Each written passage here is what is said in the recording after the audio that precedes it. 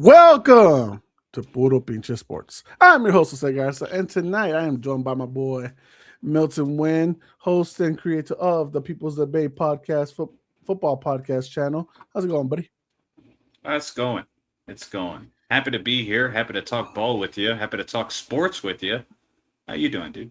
Doing great, man. Obviously, we are in Super Bowl week. We're going to hear a lot from the media, all the people out there. By the way, Milton, I think I'm going to submit for us to try to get media credentials next year for the Super Bowl because I hear stupid questions all the time this week as of yesterday. So if those guys can get in, I think we can get in. I'm just saying, It doesn't take talent anymore. I think back then, those guys had talent and they were on the stage for a reason. I heard only two or three. I didn't watch Media Day, but I heard two or three of the questions, and I heard that was the main conclusion. I think someone asked Drake May, is this a must-win game for you? What a question. No. Let's not ask, how excited you are to be here, how you prepping for the week, how's the shoulder, all the good stuff. Like what not or basic generic questions like, hey, top 5 Mount Rushmore, whatever you want to go with. Right. No. The question is this a must win for you? Lady, it's the Super Bowl. Oh my goodness, dude. Yeah, I don't. Media is not the same anymore. It's really who you know. You know how that was like the whole thing for us growing up. It's not what you know; it's who you know. That's kind of showing itself now. Hey, if I submit for credentials next year, I'm pretty sure you're down. So, we can go out there and ask the really tough, fun questions and all that stuff. But nonetheless, either one, do a job, pick one. Right, just have fun with it. But nonetheless, it is Super Bowl week. But tonight, ladies and gentlemen, for those who are tuning in for the first time, we like to cover a lot of sports on here. So me and Milton are both MMA fans. So we are going to have UFC discussion as well about the last 2 shows. I guess I would refer to it as now shows and not pay-per-views because they're not really pay-per-views anymore, Milton. We're paying only at least low as what, $10, as high as 14, whatever the price is with Paramount Plus. But we get to take care of that. We get to just talk about good fun here. And of course, we'll talk about Robert Kraft getting snubbed out of the Hall of Fame yet again. So we know Belichick got snubbed because maybe Spygate, whatever. Sure. Okay, 1 year. Robert Kraft's been on the ballot for a few years, and he's still getting snubbed. What's going on? Greatest owner in NFL history. Argue with somebody else. Yep. And then, of course, then we'll talk about the Patriots and Seahawks matchup a little bit. We'll talk more about the teams and the players and what this game means for them. But check us out tomorrow. Tomorrow we will be back again, and tomorrow we will go do a full breakdown of the Super Bowl predictions. We'll talk about the new head coaches and stuff like that, rank them as well. Hola, Patricia. Hello. And check us out tomorrow then. But for tonight, we're going to start off with some UFC talk, Milton. Obviously, we've had UFC 324. We've had UFC 325. We can go anywhere as far as any of the cards where you want to talk about.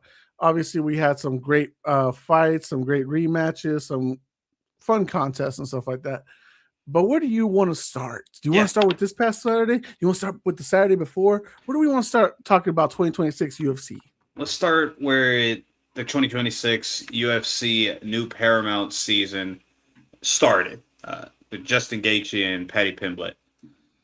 I think both of us had Paddy winning, and for I think obvious reasons. Any reasonable guy that had Paddy winning the way that we did, it's a fair shot. But guess what? The thing I was scared of was Paddy wasn't going to really try to grapple offensively, and until it was too late. And so that's what happened. And Justin Gaethje showed him that your stand-up has to get better, even against Gaethje. But also what it showed is Scousers really don't get knocked out. All right? You got to respect that. I can respect it, Milton, but what I would respect more is that, or would have respected Paddy more, is if he could actually win a fight when the other guy doesn't even have a game plan. That was horrible game planning by Gaethje. Now, maybe or so he broke his hand mid-fight, and that's why he started throwing haymakers and wailing and whatever. But my God, that was such an ugly fight to watch. As us guys who like to watch like pure clean fighting and stuff like that, Gaethje went out there ugly, but he connected. Patty wasn't really ducking. He wasn't really moving out the way. He kind of succumbed to the clinches that Gaethje was bringing on. Sure.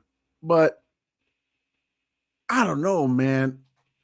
It was ugly to watch, but I was still entertained. I guess that's still the aspect of the whole thing. And I guess we understand why this was the main event over Kayla Harrison and Amanda Nunes, because I don't think those ladies, even if the fight had happened, would have gone as it did. No. And no, but you're right on how it was a slop fest, especially anybody that loves the technical breakdowns and all that. But I think Gaethje did that purposely. That's why I won't fault him. I think he did it purposely because he didn't respect Patty. He didn't respect Patty on the feet, and it showed. Now, I wouldn't recommend it, but I do think I'm not going to fault him too much because I think he just didn't respect Patty, and he knew he would win this kind of fight. And, of course, he did. Yeah, he did. And obviously now he is the two-time interim lightweight champion. Don't know why they don't just make the interim title silver, because they're not really gold champions. I'm with you. You said this I think this was probably the third time I heard you say that. I don't think I've ever let you know that I 100% agree. It should totally be a different, it shouldn't be the same exact belt. Not the same. Definitely not the same. There's prestigious and being the undisputed or lineal champion, however you want to go with. There's a prestige to it. And when you're an interim champion, cool, that's a nice little participation award. You get, hey, you're the real number one contender. That's cool. That's not a real title. You're not a real champion. Sorry to all the former interim champions that never became the undisputed champion. I just don't give a dang. Sorry, respectfully. And I love Dustin Poirier. He's an interim champion. I can't give him love. Look at the BMF title. That thing's silver. That should be copper, if anything. I'm with you. Oh, it should be something different. Not even copper. Something like rock or something. I don't know. BMF. Make it granite. It's something like that. It's a different kind of pixelation category. Yeah, you're not the one you need. I'm not. Nice. Going for the whole Valentine's Day thing. I appreciate that. Pixelation. You need to chill. Okay. Relax. Could be AI watching us. Oh. Good joke. Well, good flirtation. There was a thing I saw yesterday. I'm just to go off topic from sports real quick before we go back to the UFC. Someone said AI's already created their own language, their own religion, their own group thread. So none of us know what's going on there. So guess what, guys? Terminator 5 is happening. So I'm just telling you right now. Great news from Jose. That's crazy. I want to get this right. The Gwins, Patriots fan. Just thank you come on for the comment. Patriots fan as well for what's in there. There you go. What's up? Our boy Joe says, "What up, fellas? What up, buddy? We should be having our sports mailman back tomorrow, bringing us the sports news." So, all right. Obviously, we know Gaethje's up next for Ilia Topuria, Milton. So we can quickly talk about that. After watching that, and remember, give it a caveat. Try to give it some grace, like I said. But him against the champ. Tell me, Jose, please entertain me. What's going to happen? From what I saw from this fight, it didn't matter who won. Whoever goes up against Ilia Topuria is going to get knocked out. Right. Hello, knockout. Yeah. And it's unfortunate for Gaethje. I think Gaethje has the worst luck. He's in the lightweight division at a time, NBA-wise, you're in the NBA when Jordan's around, or certain guys are around. And unfortunately, he's been around when Khabib was on top, Oliveira was on top, and he didn't get to deal with Islam. Good for him, but now you got to still deal with Ilia. So there's no difference from anything. It's just respectfully, he's the guy that's always, the best friend to the hot guy in the school or whatever, the hot girl, whatever you want to go with. But he's never the prom queen, never the prom king, and all that stuff. Whitaker. It's like a more entertaining Whitaker. Whitaker was at least undisputed champion. He was. Good point. You got me. If we want to throw out there someone who was never undisputed champion but was like so close, It's All just right. Dustin. No, Dustin no, Rhodes. no. What was I want to R.I.P. Rumble Johnson. Right. Rumble That Johnson, Tony that's yep, Ferg. yep. This is a guy that was almost there, but never Yeah. close enough. True. Very much so. Mm-hmm. Very much so. Joe says Justin Gaethje is like Josh Allen of the division, while Ilya is the Mahomes of the division. Ooh, That's a funny. that's a nice way of saying it. Okay. It's respectful to Ilya for Uh, sure. I don't know Ilya about just got there. no, I don't know about Yeah. Josh Allen. Okay. That's good. But also, in that same card, shout out to Sean O'Malley for putting on a very clutch and very performative third round to seal that fight against Song Yadong. Song Yadong really screwed the pooch on that one because I think he thought the third round he had to knock him out or something, and over exaggerations, I would say, from Song Yadong, and Sean O'Malley just capitalized. And Sean I don't. O'Malley's now back in that conversation. It's not about what really makes sense, Jose. You know this. Yeah. If Peter is ready and he says Sean, hey, is it fair? No, but they talk. They want the numbers. They want more subscriptions to Paramount Plus. So shout out to Sean O'Malley for that dub. Of course, Sean O'Malley did his thing, but he did look off a little bit in the beginning of the Sure. fight, or at least midway. No, And agreed. it took a while before he finally tuned up and said, "Okay, this is my fight. Let me get all these losses to Marab out of my head. Let me get all this talk about that maybe I've been putting in my own head about retirement and such, not all that stuff." Right. So it was good to see Sean back because honestly, it is more entertaining when you got these guys that the UFC has pushed as their kind of like mega stars to like actually succeed and stuff. Because that is one thing we are lacking in this right now is that we don't have a guy that we're like megastar. We want to tune in nonstop to watch him fight. Like the last closest guy I would have said in his previous reign, I would be saying Alex Pereira. You know what I mean? Like it's always a tune in fight and stuff like that. Mm-hmm. You know, he just won the title back, but he's not going to fight as much and frequent as he did before. You know, You don't think Sean O'Malley? Sean O'Malley's on that.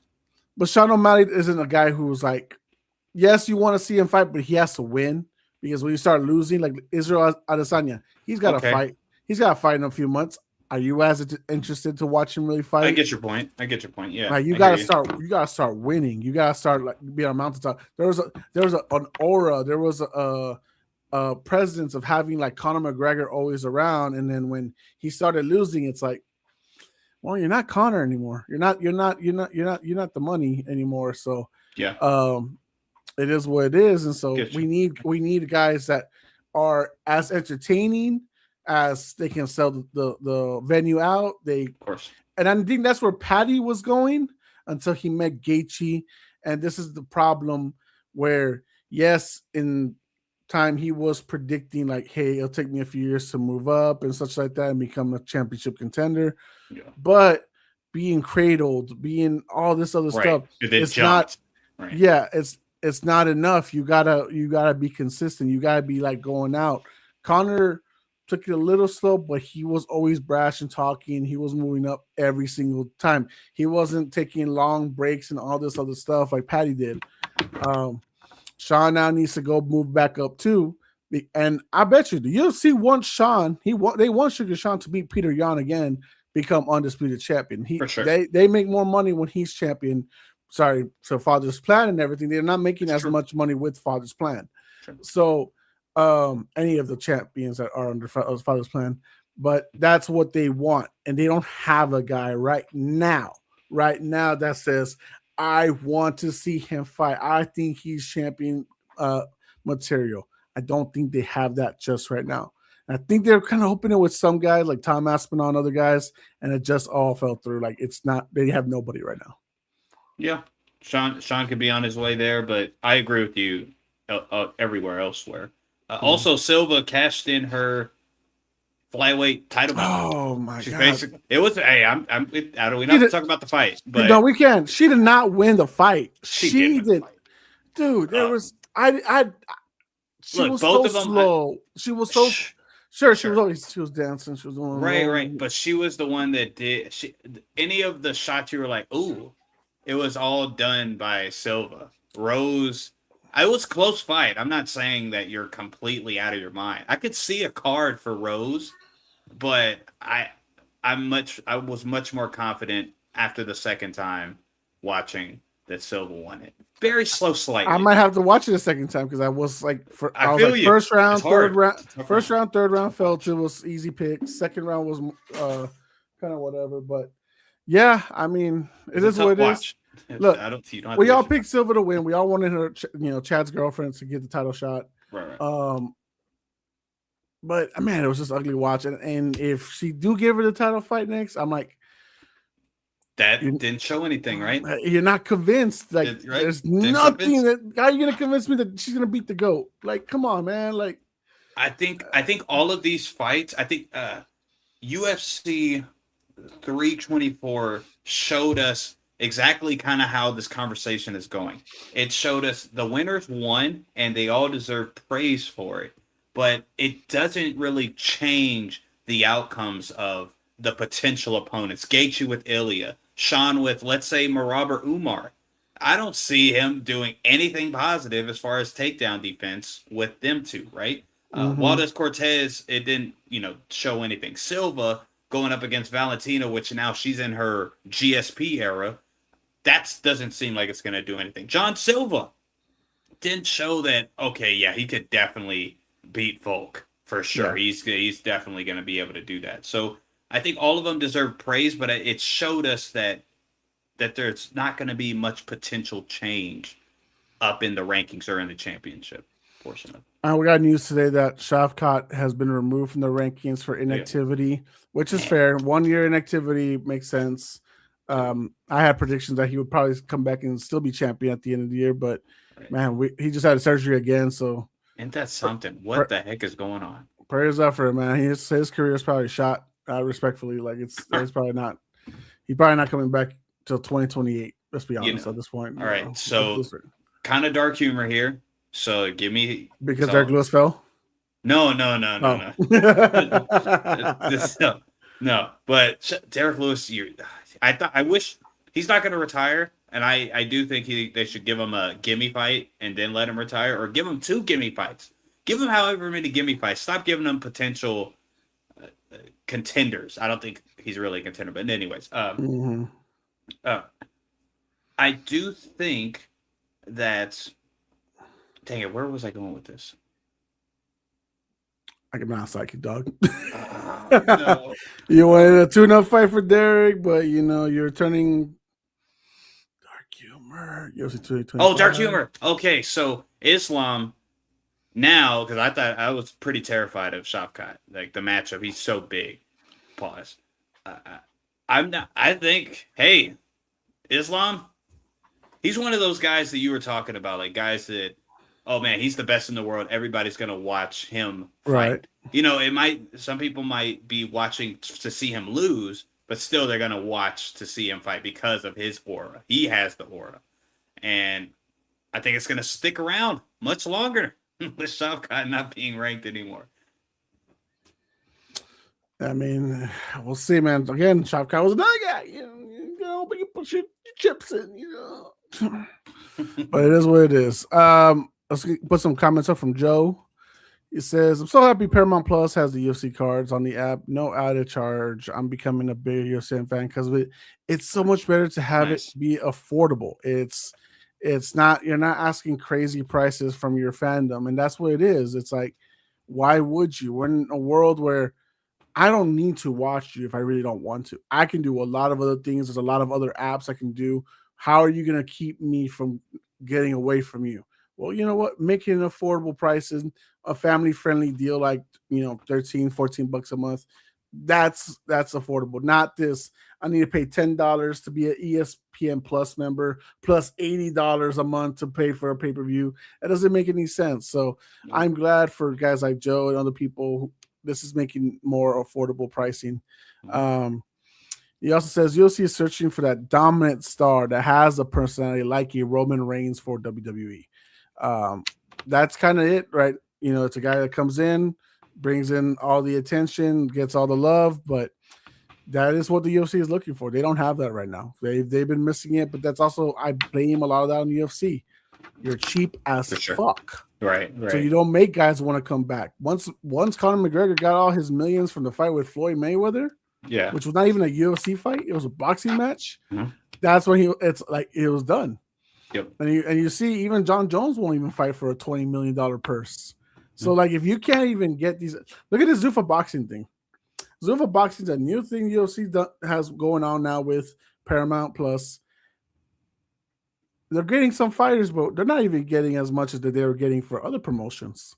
Mm-hmm. So what, like, if the boxing world of Zuffa, which is UFC parent company, if they're not doing anything, what is the UFC? Are you still starting at 10-10? 10 show, 10 win? That's not.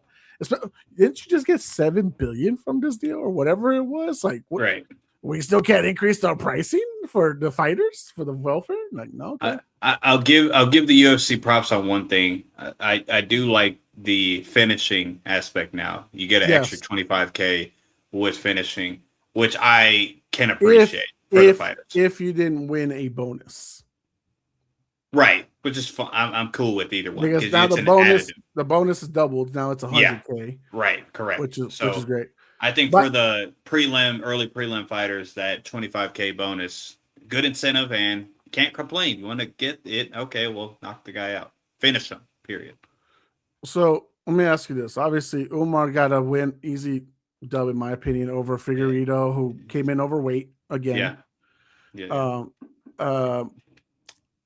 What fight do you want him to have to get to become the official #1 contender? Because obviously he's got at least two guys in front of him that the UFC would rather have over Umar getting a rematch for a title shot. So what's the path here? Are we booking Merab Peter and then just having O'Malley wait and then having Umar right behind there? Or what's the game plan for Umar? What's the father's plan here? Well, father's plan would be kind of how you laid it out, but I don't think that's going to happen because the Figgy fight, he won, and as a fan, I get what he was doing, but he most likely lost stock in that. Exactly. He lost stock in the fight and a lot of it was on Figgy. Don't get me wrong. Figgy was the one going backwards the whole time. He wanted to get chased, except that one moment in the second round. So I don't put that on Umar, but unfortunately for him, that's how it looked. And it wasn't even on the main card, so it's going against Umar. So Umar, father's plan, he gets a title shot. That's not going to happen, in my opinion. I think actually they're going to do this the completely wrong way. They are going to book Umar and Merab rematch because Umar obviously he has the backing of I broke my hand. I'm not saying what it is, but he has that backing that he can say, and I beat you the 2 rounds that I didn't break it, right? So he could say that at least. And however that fight goes, that's going to be the #1 contender. But in the meantime, they are going to let Sean O'Malley get a title shot before either one of them. And I think it's going to be idiotic. But again, money talks. And I think that's what it's going to be. White House for title O'Malley, Jan? Peter. Mm-hmm. I think so, because that just makes so much sense. Damn, the U.S. is going to take a lot of L's that day. Well, look with Sean. I think UFC is going to do it. One, because the UFC, the White House card, but also this is the best opportunity for Sean to get the belt again. Yeah. If Merab or Umar get it, he's not going to get it. I'm sorry. No. His grappling is too bad. I'm sorry. I love Sean, but his defensive grappling is not good. If Sean were to somehow win, Jan will never get a third fight with Sean. No.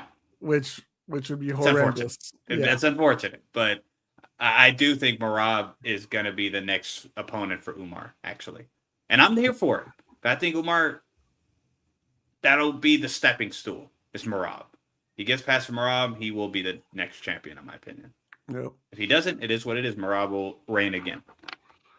And of course, for those awards that we were just talking about a while ago, Josh Hokit and Ty Miller both getting their late first round knockouts. They got performance of the night, and Justin Gaethje versus Paddy Pimblett got fight of the night. By the way, what a way to knock out somebody by flicking them off, huh? I get it, but come on, ref. Just let him go to the stool. If he doesn't get up, all right, now it's over. Well, no, You that's don't. but that's his fault for succuming. Like he I wasn't even know. getting hit, I'm not mad at it. I and know. he just fell. That's pretty much It a was tap such a out. bad look. I know, but it just, it was 1 second. Just let it go. But I get it. Honestly, probably for his health, it's probably better that it finished right there. Shout out to that guy though. He's I like his style. It's like a Colby Covington with power style in the heavyweight division. I love it. He's small for the weight class, but he's very active. So shout out to that guy. I'm glad John Silva got his win. I knew that. I was hoping he would get his little comeback there. What an interesting fight. A very interesting fight. John Silva came out with it in the third, but Arnold Allen, man, he has all the skills. And then just he doesn't know how to just let himself go. He doesn't trust himself, which is crazy. Yeah. For all that stuff, all the talent he has, he does not trust himself to just go. Agreed. So all right. Well, UFC 325 was this past Saturday. Yes. The great Alexander Volkanovski, 2-time champion, retained his title over a rematch with Diego Lopez. Now, this was the only main card fight I did not get correct, and I'm very happy I did not. I'm obviously a big Volk fan, but I did think his age was against him. I did think the first fight showed holes that Diego could expose. And what I loved about this fight, I love what we saw throughout rounds 1 through 5. Mm-hmm. Alex continues to just get better, even in age. For sure. He did not let himself get clipped as many times as he got clipped the first time around. He had his cardio was so much better in this fight. And maybe there was also like a pause in the last fight where he was probably doubting himself. Do I still got it? Do I still got it? Then he goes out and he wins. And in this fight, I was like, that's the Volk I know. That's the guy with all the cardio. That's the guy who can go in there, take every shot possible, go and swing, grapple, whatever you need, and he will do what he needs to do to win. And I scored it, I think, 4-1 for Volk. I think I gave the second round to Diego. I think that was the only round I gave Diego. Yeah. I think you said you gave the third to Diego. I think, the second and third were both pretty close. Right. But even if that's the case, go ahead. Yeah, it still felt it was overall Volk's night. He controlled it. He controlled the fight. I never felt Diego had a position where he was going to in trouble or anything like that. I was like, damn, you really blew Diego's last shot at Volk. Stupid matchmaking. It should have never been Diego. We agreed with that for the longest time. It should have been Mosvar, but they don't want to give it to him because he's a decision guy. Then it should have been Murphy. And now you got them fighting each other in 2 months or next month to cancel each other out for Volk. And it's like, Volk wants to fight both of them. Let the man get these men get the title shot. Exactly. How much that would do for his resume? Getting 2 guys that have a O at the end? Come on, man. Yeah, that's funny. Good for you, Joe. I mean, Volk is the GOAT.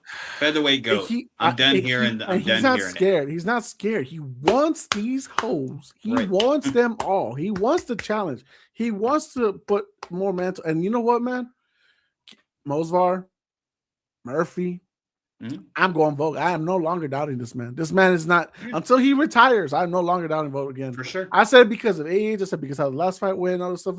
And Diego looked good against John Silva. Now, obviously, he got clipped a few times before he finally got him to knockout here in San Antonio. But Volk did his thing, and I loved it. Any final thoughts before we go on to the rest of the card?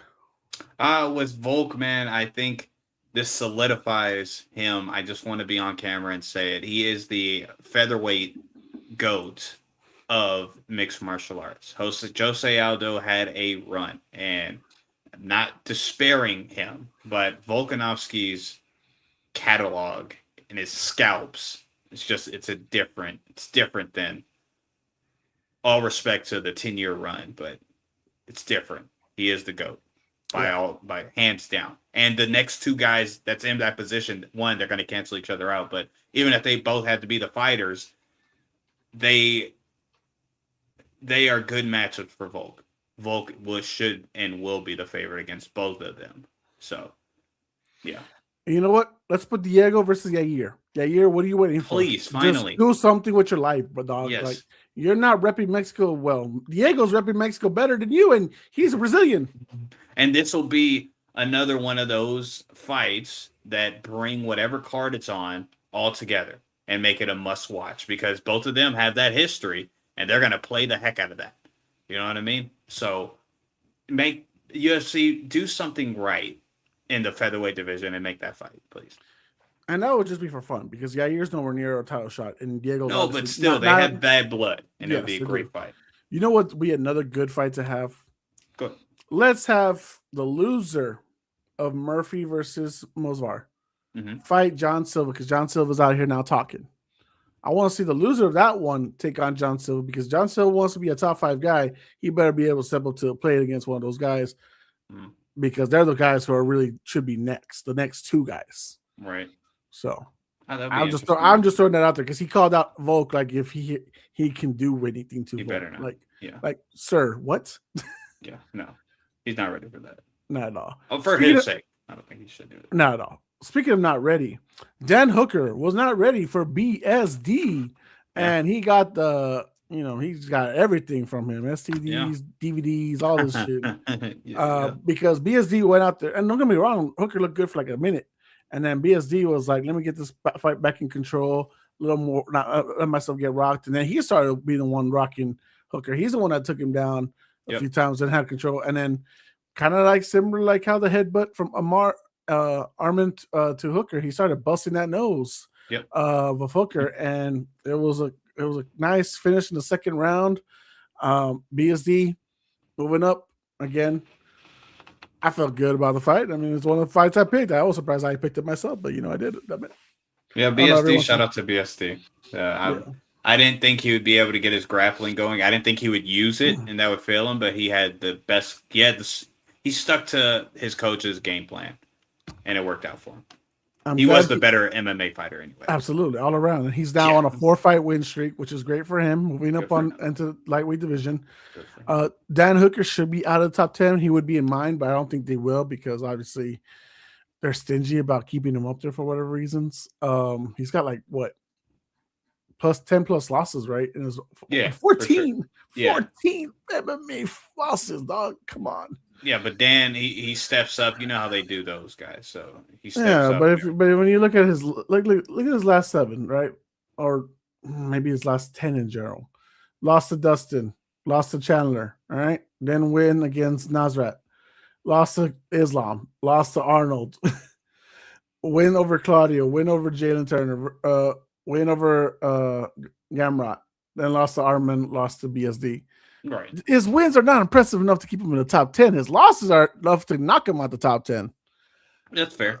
Yeah. That's just me. I mean, the 10 are looking out. Yeah, where Fazeev and Dariush are at. Yeah. Because that's what 0-5 against top 10 guys. I mean, 0-6 if you want to count Chandler the top 10 guy, but I wouldn't. Oh, you got Gamrot though, so you got one.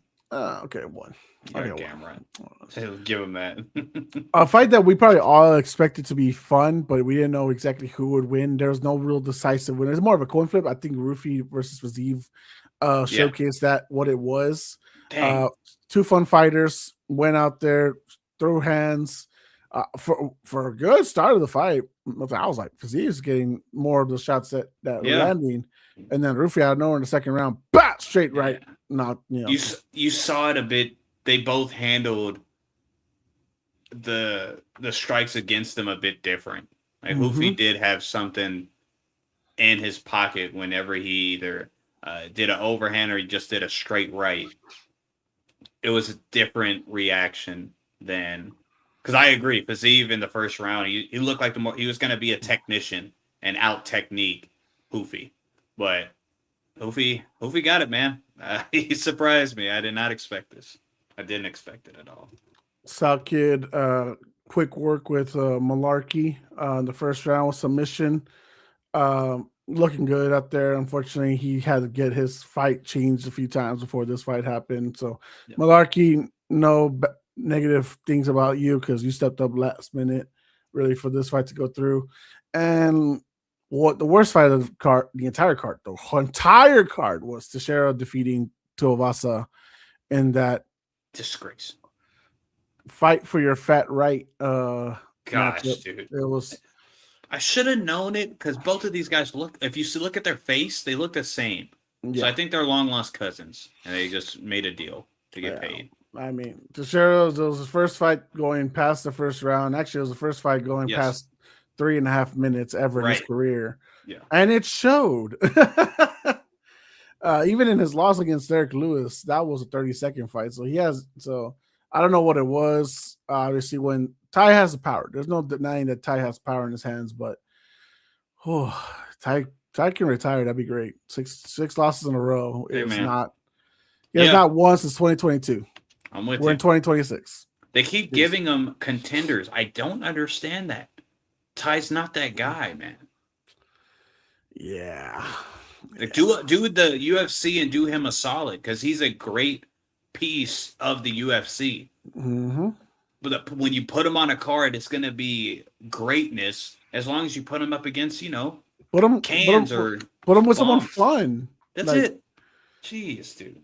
Like, what's his ranking right now that makes him not want to put I guess it was probably going into this fight. He was, or maybe it was after the fight. He is now ranked 15. You couldn't give him anyone else? Now Tejeda is now a top 11 fighter. Fuck no, he's not. I don't want to see him. Okay. That's heavyweight absolutely sucks.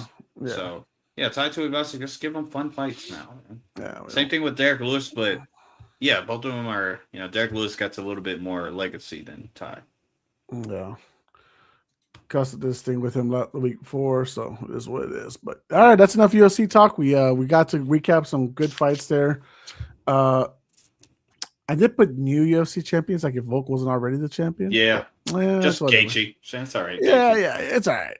Okay. But nonetheless, going into now, Robert Kraft, owner of the Patriots for the last 32 years, Milton. 32 years. He bought it in 1994. Yeah. And in that time, the Patriots have gone to 11 Super Bowls.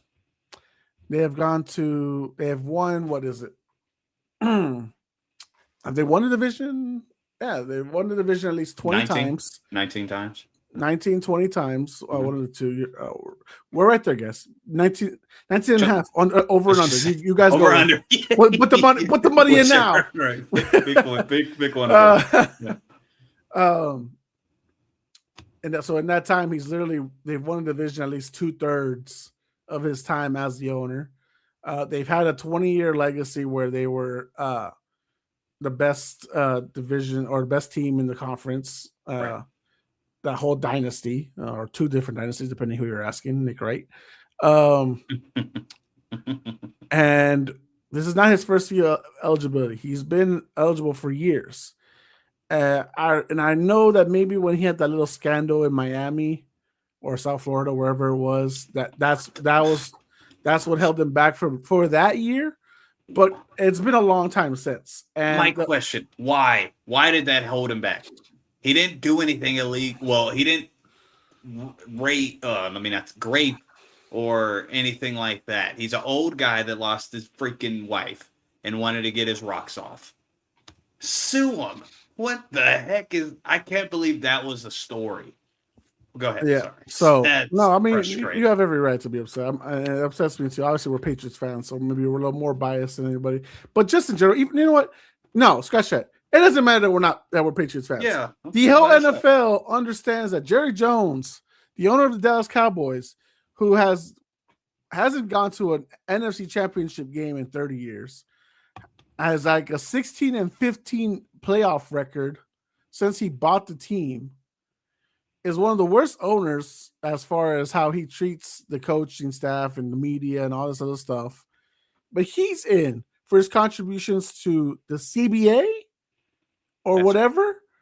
But Robert Kraft, a guy who brought up a team that was nobody, respectfully, the New England Patriots are nobodies before Robert Kraft. They had one Super Bowl appearance in the 80s, in which they got stomped out by the midway of the, what is it?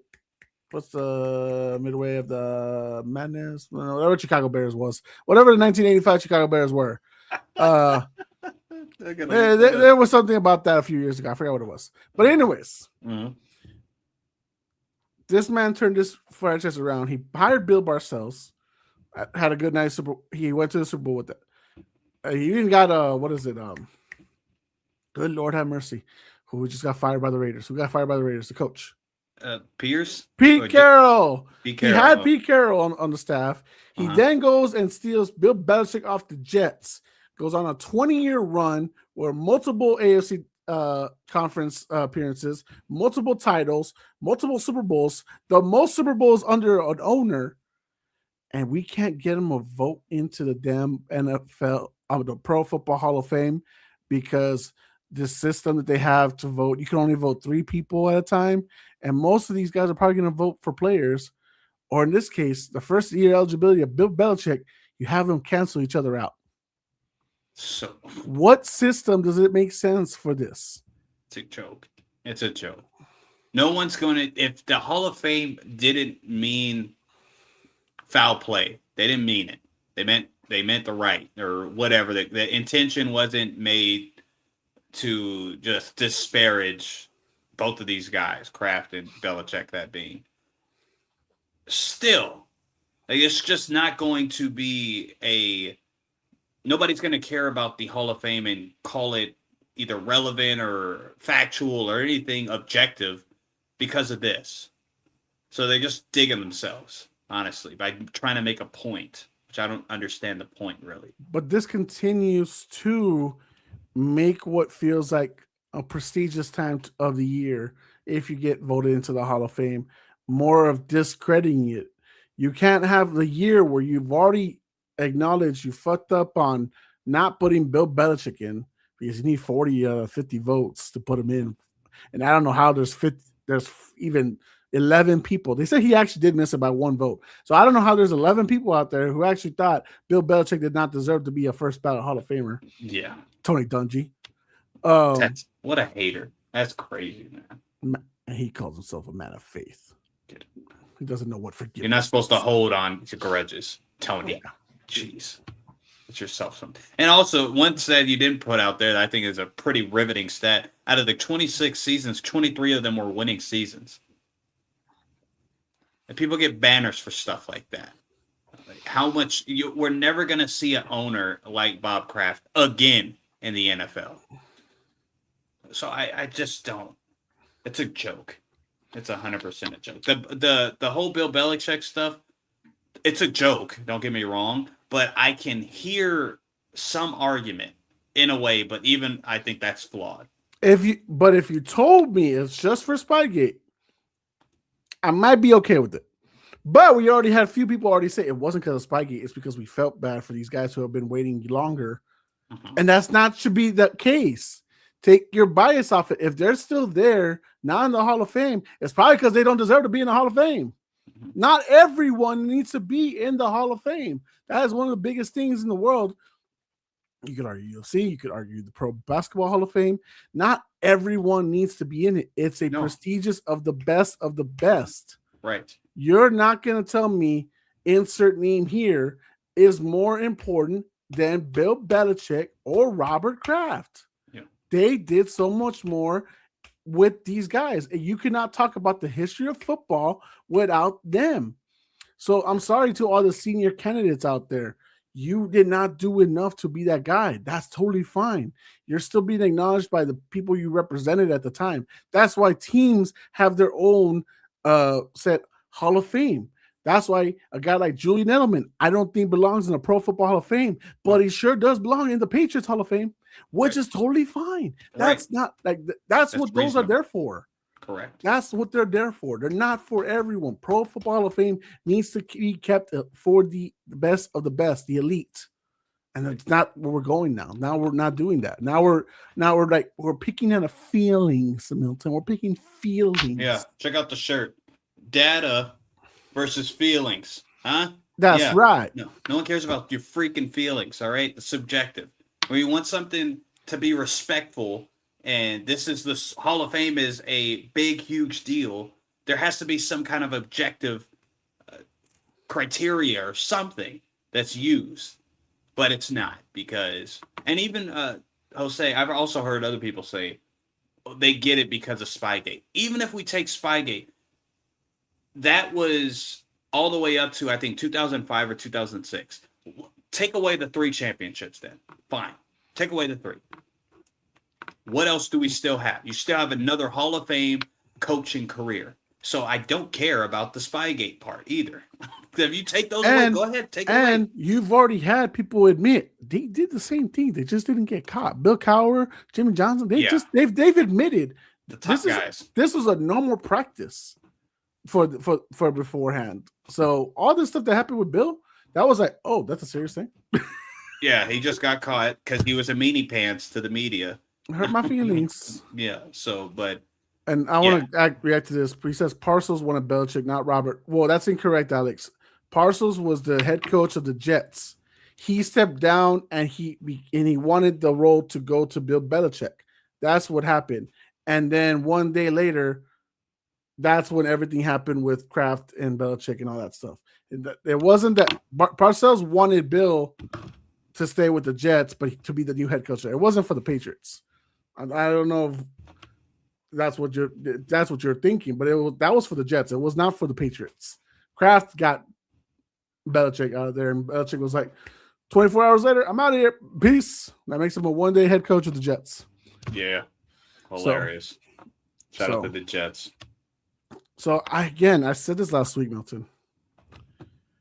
Whoever is the 5 selected people, there's going to be 1 or 2 people that are going to get scrutinized and say you don't belong there, over Belichick and Kraft. Right. Of course, last week I said about for just Belichick. Now we know it's for Kraft. And I'm like, dude, we cannot and it sucks because obviously there's some guys that just truly deserve it, but that's not going to be the story. The story is not even going to be about them this year. It's going to be about who you have messed up on not putting in. Right. Agreed. 100%. So 100%. It's upsetting. It's unnerving. It's whatever, but it is what it is. Hopefully next year to get it right. Hopefully they change the system out. Here's my thing. I don't know if you know this, Milton. I think you do.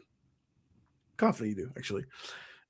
If when you're voting for MVPs, offensive player of the years, all that stuff, you're allowed to submit 5 names. Mm-hmm. Why is the Hall of Fame only allowing you to submit 3? And then you need a certain amount to get that. You know what I mean? Like that doesn't make no damn sense. Like, why can't we do the same thing? I'm not even going to ask you if you want to put your name out there and say, "Oh, I didn't want to vote for whatever." Fine, you don't want to do that. Fine, that's a privilege of it for whatever. But there needs to be a criteria where we allow at least up to 5 people. Maybe if 5 people are going to come in, why aren't you not voting for 5 people? What's the issue? Right, that's a good point. I mean, I don't know. It's annoying, but we'll see where it goes. Hopefully next year everything changes. But at this point, Gronk next year and Brady after that, they're gonna have to wait one year of eligibility. They're gonna have to wait for at least a second year. At the rate they're going. Oh my goodness! I actually hope they do that because that'll just build to the legacy of the Patriots. The NFL were against. Come on. It really is New England versus everybody, huh? Come on, man. Yeah.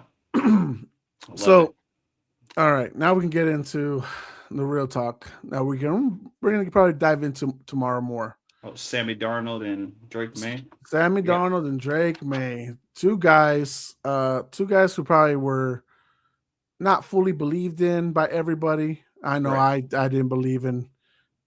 Well, I didn't believe in Drake until maybe week 8, week 9, whenever he first impressed me. Then I was like, oh, okay, I kind of like what I see here. Mm-hmm. And for Sam Darnold, I didn't believe in him until maybe until this year. Until this, you know what? Last week against the Rams. Yes, after he played the Rams. You know what? That's the right answer because there's no way I'm gonna lie and say I believed in him this whole time. I was truly a fan. I saw the vision. No, the 300+ yards against the Rams. That gave it. When he finally shook off the cobwebs, when he finally didn't see the ghost, that's when you can finally say, "All right, you know what, Sam Darnold? I see you. I see that you're ready for this." Milton, 2025 or season, Sam Darnold wasn't. I'd say he's a top 10 QB. He wasn't top 5. Sam Darnold, top 5. Top 10? I don't think so. You don't think even top 10 as a QB this season? No, I don't think so. Okay, I was saying fringe top He's 10. close. Yeah, fringe. Yes. And maybe other guys fell off and stuff like that or whatever. For it to Definitely happen, fringe. You have to have him in top 15, top 10, top 15. He has to be in there. Yes. So now he's probably in the conversations of top 5-ish because of the postseason stuff and whatnot. But has Sam Darnold fully convinced you that he can really lead the Seattle Seahawks to victory this Sunday? Has he chased away all the demons or all the negative thoughts in your mind about him and his inability to get over the big games? Has that actually gone past you in your mind? Well, the part of big games, yeah. What he just did to prove you to make you a believer and that he's not a bust. Let's just say that. Let's not give him too much credit, but to be on the same page, from that game we were on the same page that he is not a bust and he's not just a journeyman. He's a good NFL quarterback, right? So, I mean, this year, he can get over the big game, yes. Am I confident that he could lead this team to win championships and be in championship games? No. Am I confident that he can beat us? Yes. I don't think he will because I have a nice little breakdown that I'll go over, but you can say it for tomorrow if you want. We don't got to go into that whole detail right now, unless you want to. We can definitely go into it. That part, I'll save that part. But with him, he definitely can. He hasn't dealt with our defense, a defense that's this good, but he has the better team around him. He is on the better team. So I think objectively speaking, he's on the better team. So he could, yes, to answer your question. He could, I am confident that he has the ability to beat us on next Sunday, for sure. So for Sunday's matchup, I'm seeing a lot of disrespect to us, which is fine. I'm used to I'm seeing more and more now. Jeez. And I even asked, the pod crew on our text thread, your predictions, because I'll probably list it online like I did last week. And man, we got our asses getting whooped this Sunday apparently by a lot of people, which again, I kind of understand, but at the same time, that's where I'm like, damn, y'all not really watching us. Respectfully, I don't. That's it. I don't really, because I'm like, yes, Sam Darnold and the Seattle Seahawks have put a whooping. They've been putting up numbers this postseason. It's fantastic. It looks great. But are we forgetting who they played? Are we forgetting Sam Darnold didn't look that great against the Niners because they didn't ask him to be. He didn't need to be because the Niners were already depleted and destroyed. Mm-hmm. Even in that Week 18 matchup, he didn't look great. Nope. Those are his last 3 matchups: 2 Niners and a Rams. Though none of it, except for the Rams game, none of it looked good. And that was maybe Robert Saleh disguising stuff, making things a little difficult and making them avert. Exactly. To add on to that, and you continue, both of them are the 20-something odd ranked passing defense. So keep going. And that's what I was trying to explain. I'm like, damn, y'all, into my text thread, y'all really see us getting our asses whooped. But y'all understand that other than that, early season game against the Texans, we're the best defense they're going to see all year long. Respectfully, that's it. Just respect that. People need to understand that. You thinking they're going to put up 30+ points on us and win by double digits, 2 scores and all that. Right. I'm like, why? What have you not seen? Is it the offense from the Patriots in the postseason? Maybe that's what it is. It has to be that. Right. It has to be that. It has to be just Drake Maye, because it doesn't make no sense that you're paying attention to the lack of offense, but you're not paying attention to the great defense that's still being displayed. Because I don't give a fuck what you say about O-lines. I don't care what you say about injured players. Everyone's fucking hurt in the postseason. There ain't nobody coming in fully healthy. Look at the 2 teams right now. Drake Maye's got a bum shoulder. Joe asked about that. Are we more concerned about his shoulder or are we concerned about Darnold's oblique? Honestly, it doesn't matter. They're both going to go out there and play their game. If I had to worry about anybody, it's probably going to be Drake because the shoulder is probably going to affect you more than an oblique. So everyone's coming in hurt. I don't give a damn that Justin Herbert's O-line was fucking dead. They were dead all damn season. They made it to the playoffs. They were an 11-win team. They wanted the Patriots. Right. You lost on purpose. You lost on purpose week 18 to your rivals Broncos. Gave them first place because you wanted the Patriots. So you don't get the excuse of, oh, my O-line was hurt. No, you don't get that excuse. Yeah, and our O-line's young. Their defensive line beat up our offensive line. Exactly. Then you get the Texans who are beating up everybody, who are on a 10, 11-game win streak, whatever the heck it was. Right, still beat up on offensive line. They wanted us too. They wanted us. Cody said it. I can't wait. You do not want to play us. I cannot wait to destroy y'all. Right. Well, guess what? That didn't happen. Drake Maye still put 3 touchdowns on your defense. The only guy to do it in the last 25 games the Texans have played, and then of course the snow game, bad game for the Patriots. Absolutely, there ain't no denying that. But the defense still stepped it up and kept out a 7. Yep. It's not my fault. Bo Nix broke his ankle. That's part of the game. It's not my fault. Sean Payton went for it on 4th down instead of giving the kick. Yeah, with knowing that there's a snowstorm coming.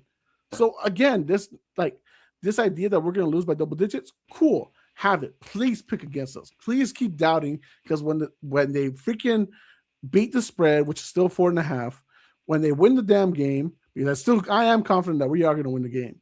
I'm not going to say by double digits. I'm crazy like that, but I damn confident as well we're going to win. Yeah. They ain't going to be saying much. Those big differences just makes y'all look foolish, respectfully. Now Alex says the defense is good. I wouldn't say great. It's been great in the postseason. That's what I'm going with. And when it's fully healthy, it's one of the better ones. I don't even know and that was my biggest point of coming into the postseason, wasn't it, Milton? Get us. You don't want us fully healthy on defense. That's when we're better. What you saw against Buffalo the second time, against Derrick Henry, and all this other stuff, we weren't fully healthy. Now we're fully healthy. That run game's not. Kenneth Walker's not going to have a good day. Zach Charbonnet would not have had a good day. Mm-hmm. So, I will say, sticking on the quarterbacks, Sam Darnold deserves a lot of love for what he's done, how he's not had a great year, but he's kind of still defied the odds, in my opinion, still. Sure. And then, of course, with Drake, I think we have 2 quarterbacks that both, kind of like you said, didn't have a lot of following in the beginning of the year. And then now they both do 2 very good things at the highest level in the NFL, but they're going up against a defense, which I'm going to break down tomorrow. They're going up against a defense that's top at what they're good at. So that's where it's really going to come down to these quarterbacks. Is it? Let me ask you, Jose, this question. Does it matter more?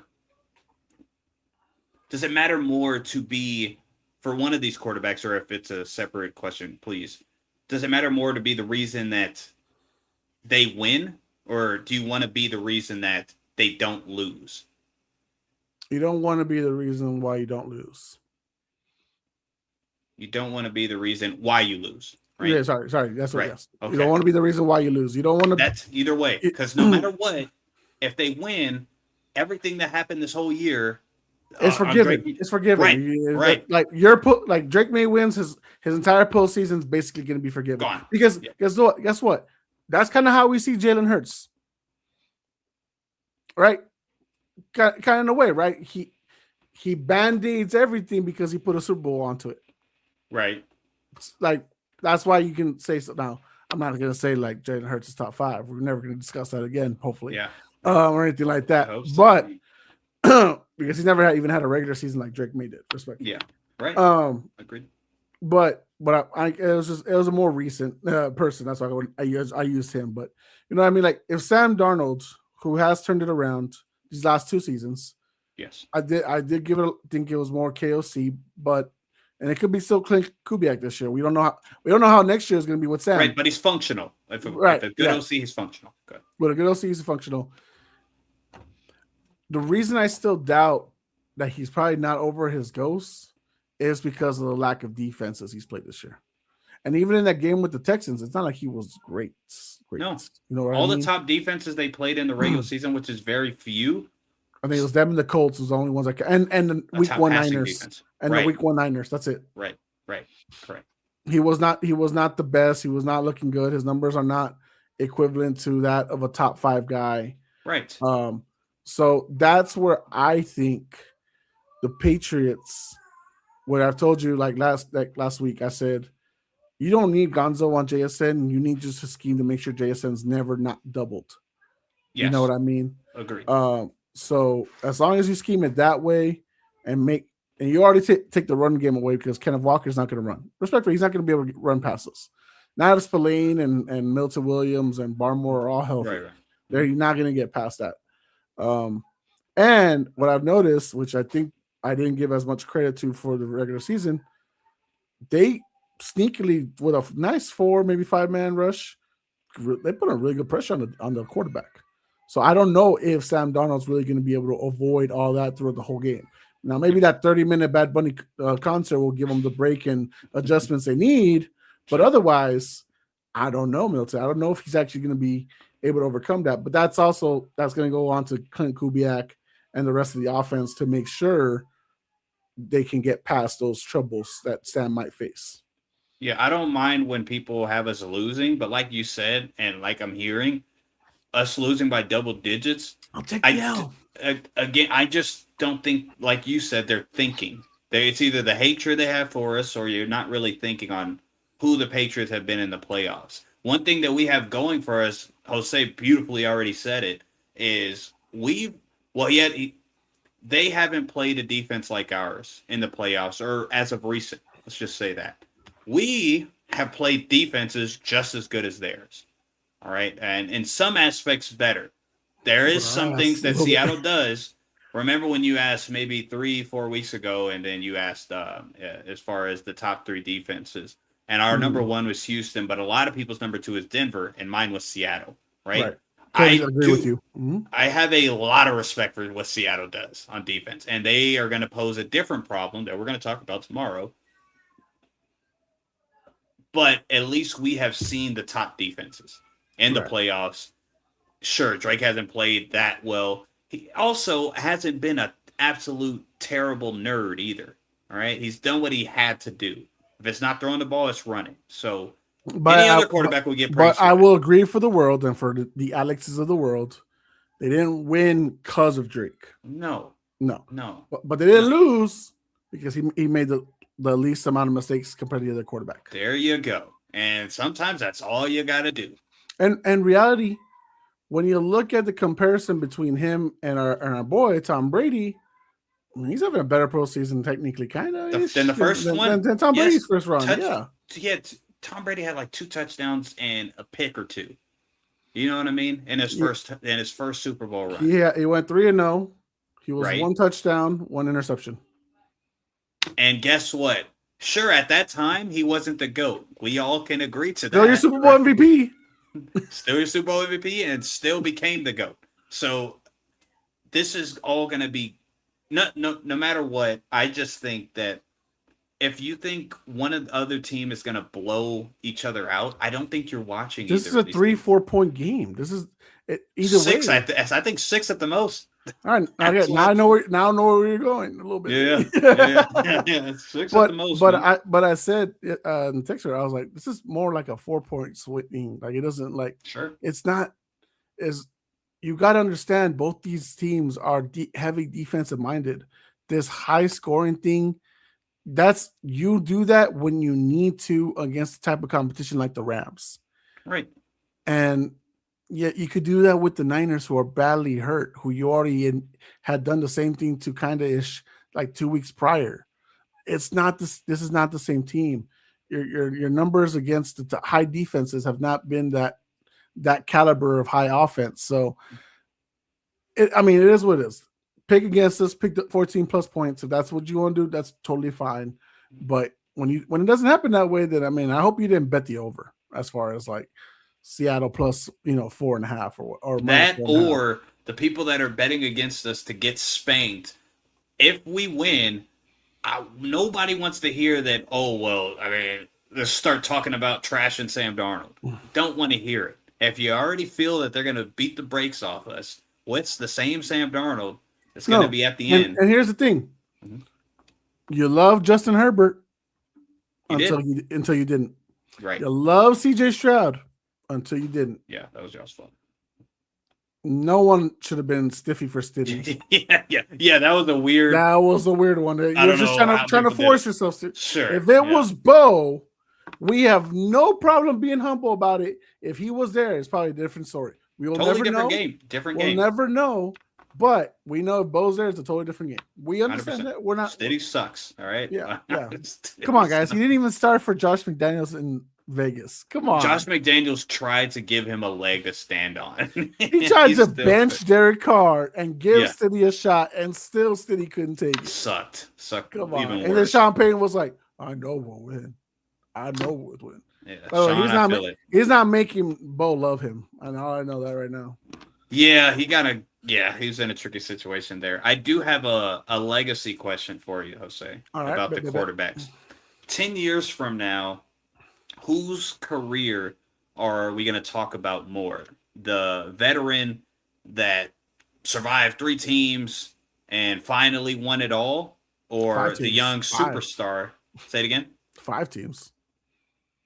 Jets, Panthers, Niners, Vikings, the Panthers, Seahawks. Yeah. More than 5 teams, or the young superstar who now saved a dying dynasty in year 2.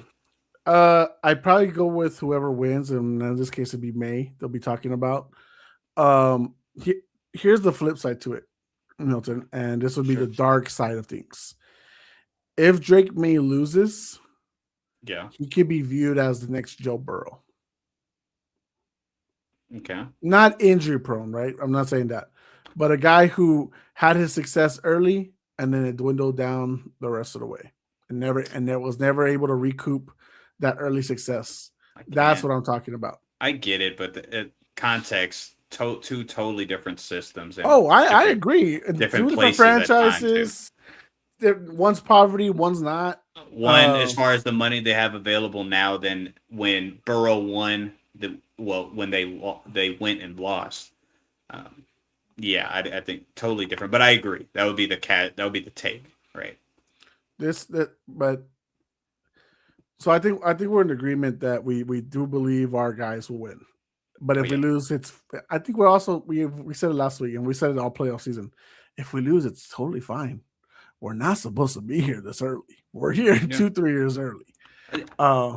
Also, with that being said, do you think it's because I agree with you. Who's it worse? Who does it mean the most to like? What quarterback will it impact more with the loss? And I think it's Sam Darnold. It's Sam Darnold. He's the one that's still trying to change the history of his name. The narrative. Right. Yeah, all that stuff. Right. He's 0-4 against the Patriots. The Patriots are the team that put the ghost on him. Right. So it's all Sam Darnold. Drake Maye is just happy to be here. I agree. You know what I mean? Like, he wasn't the top guy in his draft class. He wasn't even like the guy that people thought were going to turn everything around. It was Caleb, and then maybe Jaden, and Drake was the third guy. He was the copper of the core. The bronze, but he's here now, and he's honestly, when you say it. When you ask Drake Maye in the press row, is this a must win for you? Yes, in terms of what else is there? Right. But in reality, for the long term, not at all. Because really, again, they're not supposed to be here. Yeah. So, I mean, look, it's a must win for everybody. Stephon Diggs is on the end of his career. Morgan Moses is probably towards the end of his career. Mac Hollins. Right. There's guys out there who are not going to be here long. So this is more for them, not for a Drake Maye, definitely for a Sam Darnold. Right. Not even for a JSN. It's not even a JSN like must win or anything like that. It's for the guys that don't have that much time left in their careers. Yeah. And Milton, a win for Maye just solidifies he's a top 5 quarterback for the next 10 years. A win for Darnold. He's a top 10 quarterback for the next 5. Right on. And it'll be debatable. Well, Sam Darnold will be debatable. That's right, because he'll just be like, compared to the next, if he loses, he'll be just, even if he wins or loses, he'll probably be, compared to Kirk Cousins. Well, so, yeah, if he wins, it's going to be the Jalen Hurts effect. Next year, people are going to be putting him in the top 5, right? Because they're going to say he's a winner, and they're going to use the QB. How are you not going to do? How are you doing this badly when you have? But is it Clint Kubiak? Was he the only thing for you and all those stuff? Yeah. Mm-hmm. So it's going to be the whole Jalen Hurts situation again if they win. I will say that with Sam Darnold. I mean, it's going to be an interesting season. Both quarterbacks. This is fun. Big time. And honestly, this is fun because no one expected either guy to be here February 3rd, 2026. Nope. Nobody did. 100%. Most likely, they'll just elevate. We know Clint Kubiak's probably going to be the Vegas Raiders' new head coach. So they'll either elevate Jake Peets or Clint, don't do it, dude. Or Andrew Janoko. I would do it. I want to work with Tom. The only reason, that's dope. I agree as a biased guy. But Jim Harbaugh, Andy Reid, Sean Payton, as a young guy that's starting your career, I don't want that smoke. And you're with no quarterback. I don't want that smoke, man. Fair enough.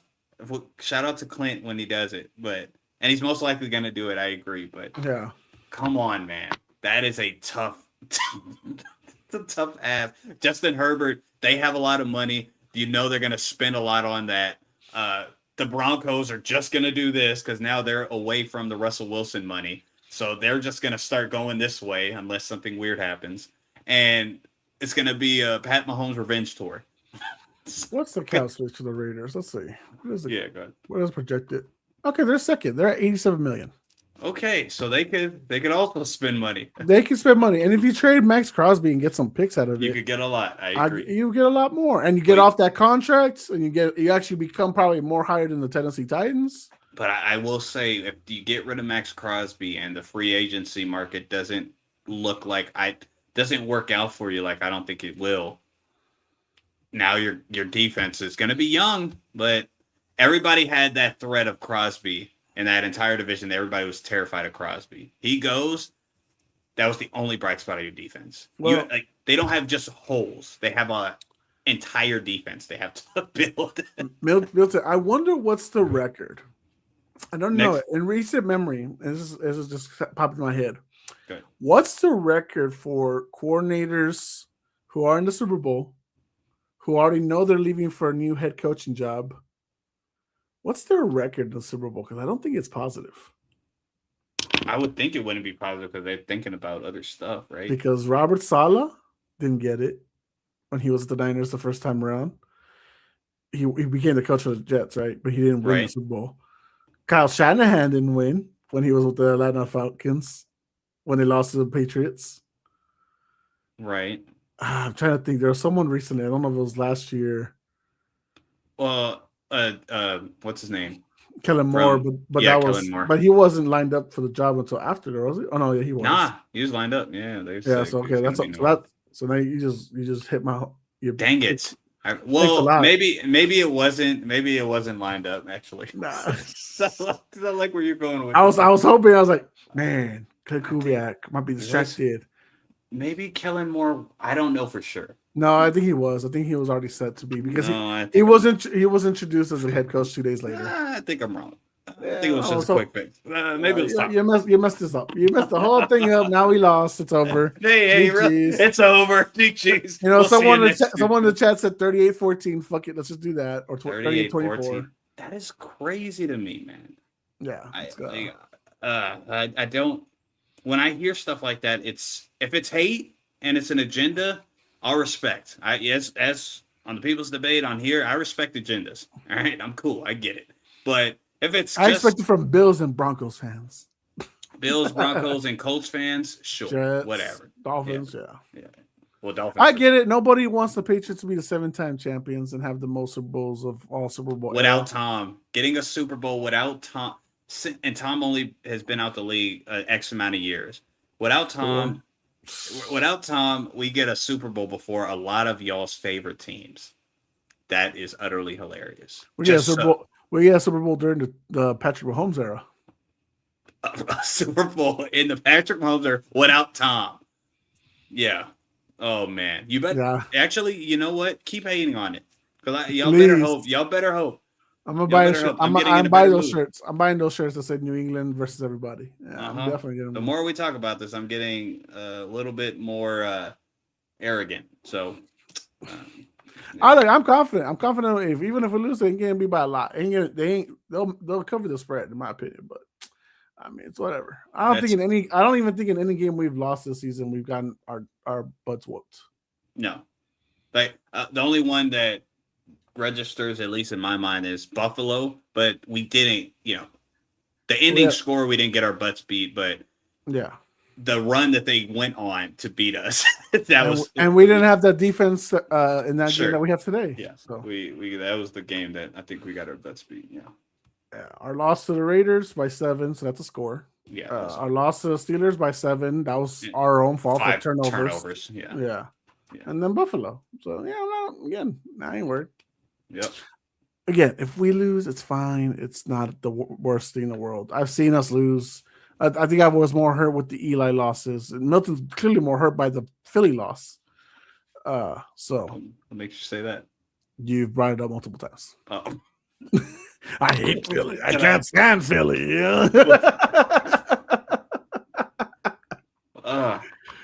Well, that was the because with the Giants one, it was all BS.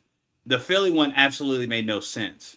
Without the quarterback, they take our corner away. Tom has a record. Did it. Exactly.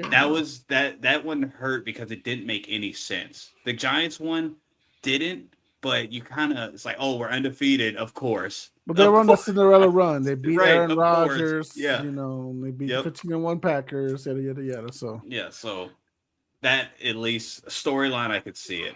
Whatever. Yeah.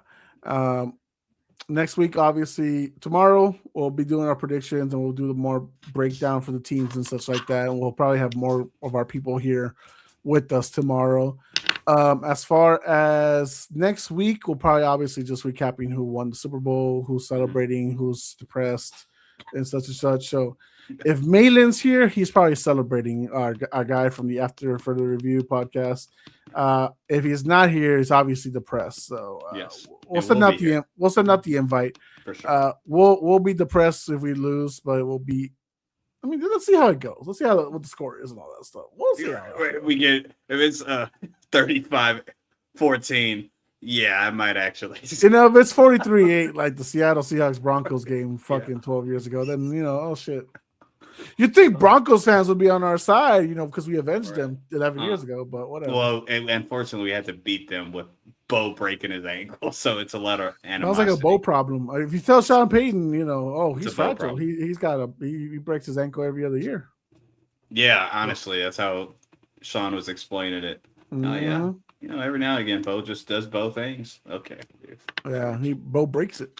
Yeah, Bo breaks it. Milton, any final talks, any final discussions you want to go in before we close out till tomorrow?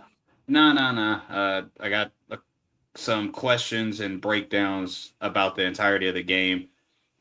I think we did good on honing in on the quarterbacks today. Yeah, we're good. Drake Maye has a bright future, win or loss, but the path will definitely be looked upon as if he wins, he's Tom Brady. If he loses, he's Joe Burrow. I don't know. I still kind of like even if we lose, Joe Burrow's a great player. I'm saying, like, when you said that, I don't know if you saw my face. I'm like, well, yeah, okay. If you take away if you take away the injuries, Joe Burrow's still a top 5 guy. Like I've said last year. Okay, everybody. It's crazy. I got a question for you before we close out. Yeah, let's do it. I think if win or lose, I think we both maybe feel Drake Maye's already a top 5 guy. Overall, not for the season. Overall. Overall? Yeah, top 5 quarterback. I or would or say top 10 at the very least. well, top 10 for easily. Yeah. The top five. Does he hit 5 for you? Does he hit that top of the tier 2, bottom tier Well, 1? it's always no matter what, no order. Pat, Allen, Lamar, Burrow. They always were the 4.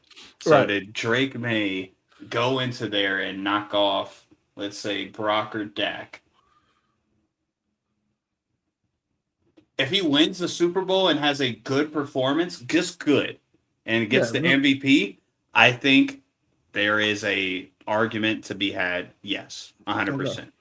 If they lose or they win, but he has 0 touchdowns rushing or passing, if he has rushing ones, everybody counts those with Lamar. I don't get why they don't count rushing. They don't count it with guys that are Caucasian, I guess, but they count still. Everybody, be fair. Yeah. And if he has no touchdowns and 2 interceptions and a fumble lost, okay, so let's say he loses, but he has like 2 touchdowns, no turnovers, maybe 3 touchdowns with what 2 pass, 1 rush, or vice versa. Right? And he lost like the Josh Allen way.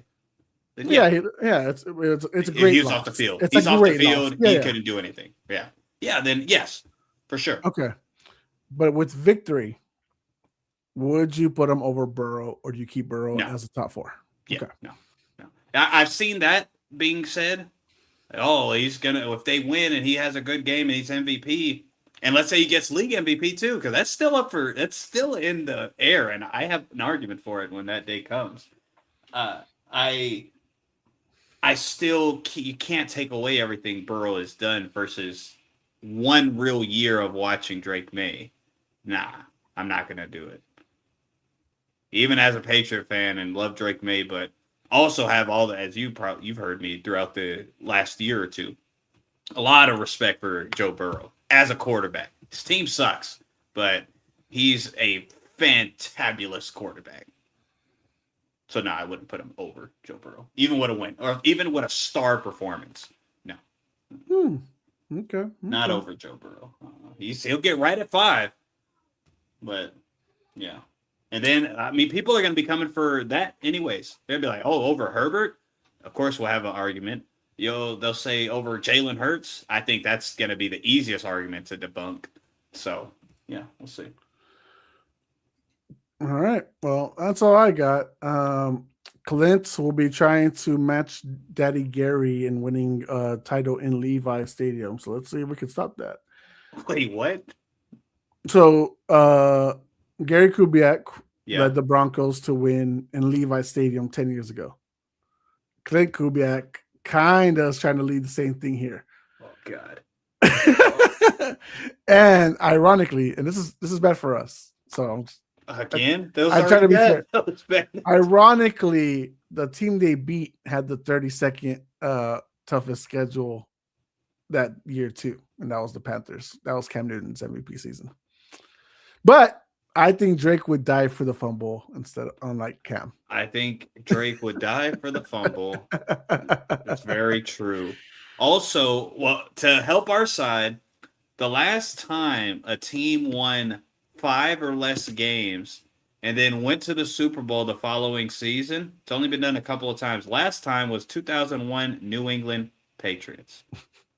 So all the conspiracy theorists that everybody just got a hard on for Seattle. That's also a stat. You're gonna hate me for saying this one. They're already up 2. Now you're gonna give them one. Go ahead. So you know how everyone's been saying we're gonna lose by 14? Yes. In that game, Broncos beat the Panthers by 14.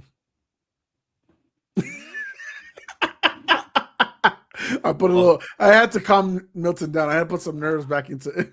I was kind of reach back to get him back neutral. Yeah, and there's another one out there that I saw. It said the number 1 or number 2 scoring defense against the number 2 scoring offense is like 8-1. Damn it. Damn it. What is all this? Why is all this coming up right now? Maybe that's why they're a 77% favorite. That's all right.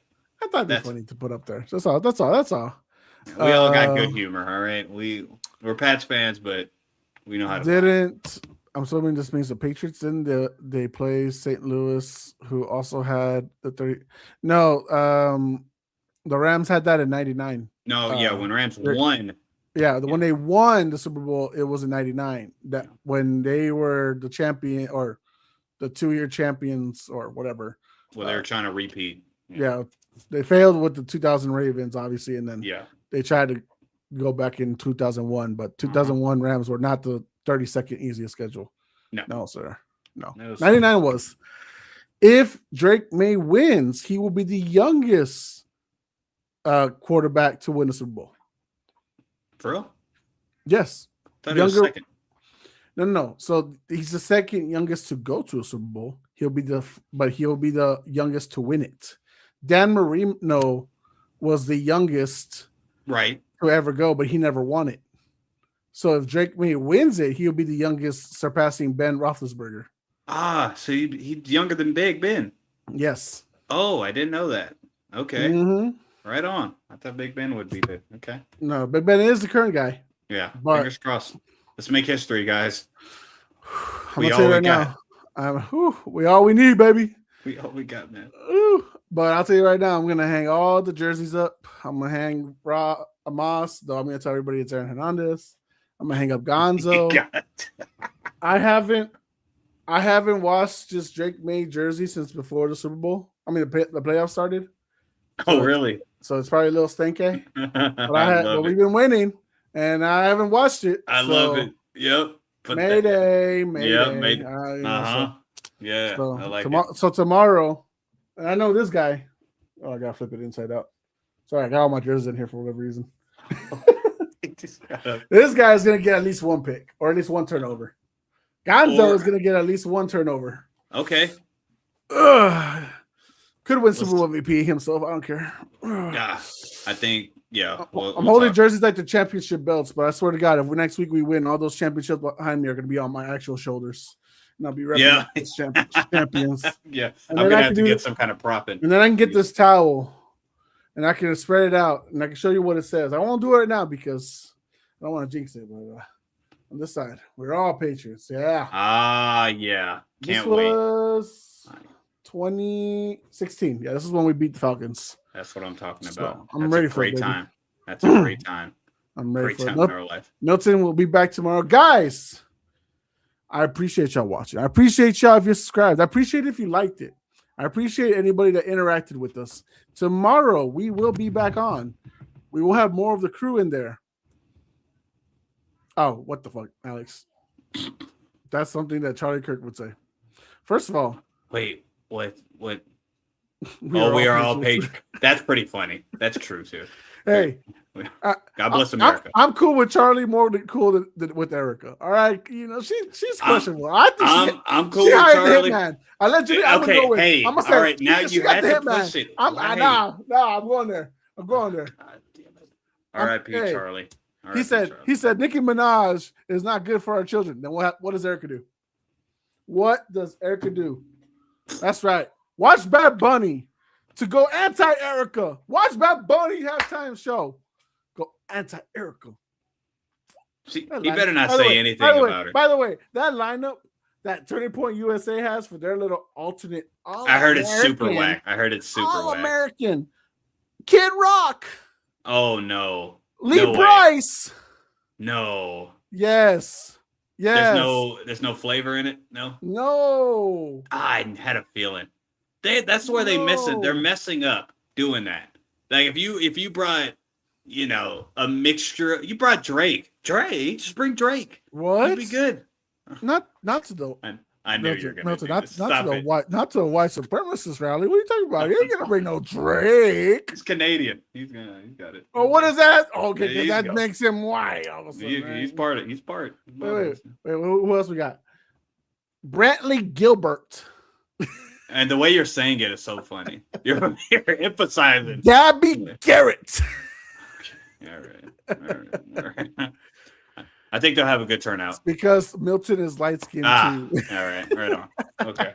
Yeah. They'd Yeah. I hope you have a turnout. It ain't gonna be as good as the turnout from the That sucks for them. Concert. Yeah, I can't believe they're really doing it. I thought it was a joke. I thought it was a funny joke, but they're serious. and their lineups. I hope they do what the people have been doing with AI. I hope they have Erica Kirk come out and do a big old jump from the platform. Have you seen that video? No. I gotta pull it up. We got time. We got time. You should put it on the screen. Make everybody else see it. I'm going to. There you go. Good for you, guys. I have not seen this. We got to start doing reaction videos. You just can't get copyright. No, those are great. Those are great, man. I think we'll be real good at that. It'll be really funny. Just all the good stuff. I don't deserve to be here.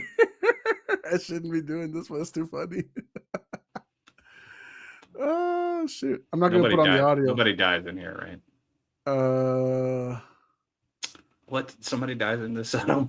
Oh, no one dies, building. Hey, I don't know what's going on, man. I'm not gonna turn off the audio. Yeah, for sure. Okay, hold on. Let me. I'll put it on. I don't know if you see at the bottom of the screen. Yeah. See at the bottom. It's not on screen though. All right. It's not on stage. I know. Okay. But yeah. Okay. I don't know if this is the best platform. Let me see. I want to see if we can just give it a solo view. Just give it a solo. Yeah. There we go. For sure. That's the best one. Go ahead. This is what I want her to do. All right. AI is getting too good. This is what I want her to do.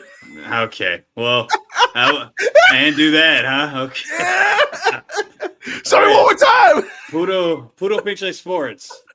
Every Tuesday. That's more entertaining than Kid Rock and all that dumb shit. What is that? All white. Okay. All right. We love all parties. That's funny. Okay, AI. Yeah, get out of here. We're laughing, dude. Guys, I want you to hear my son say it. I don't care. Bobby, say kiss it. Kiss it. Say what? Guess what? What? No, he messed it up. Okay, remember the video I made last week? Okay, hold on. Before you brush your teeth. Say the words. Say kiss it. Kiss it. What? Guess what? He's blowing it all. He's ruining everything. He's tired. Go to bed. He's right. He ruined everything. Oh, dang it. It was funny because I made a video when we won against Broncos. I said, kiss it. Kiss it. Kiss what? My ass. Kiss it. He's been saying it. He was like, yeah. He gets away with it during that. Well, it's fine. As long as he doesn't do it in school. Yeah. Right. There's no safe space. Know where you're at, though. Yeah, right on. All right, Puro Pinche Sports. But guys, like, share, subscribe. We appreciate it. Check us out tomorrow night. We will be back on with more people on here who will probably be against us, but that's all right. We all we got. We all we got. We all we need. Thank you, everybody. Peace out.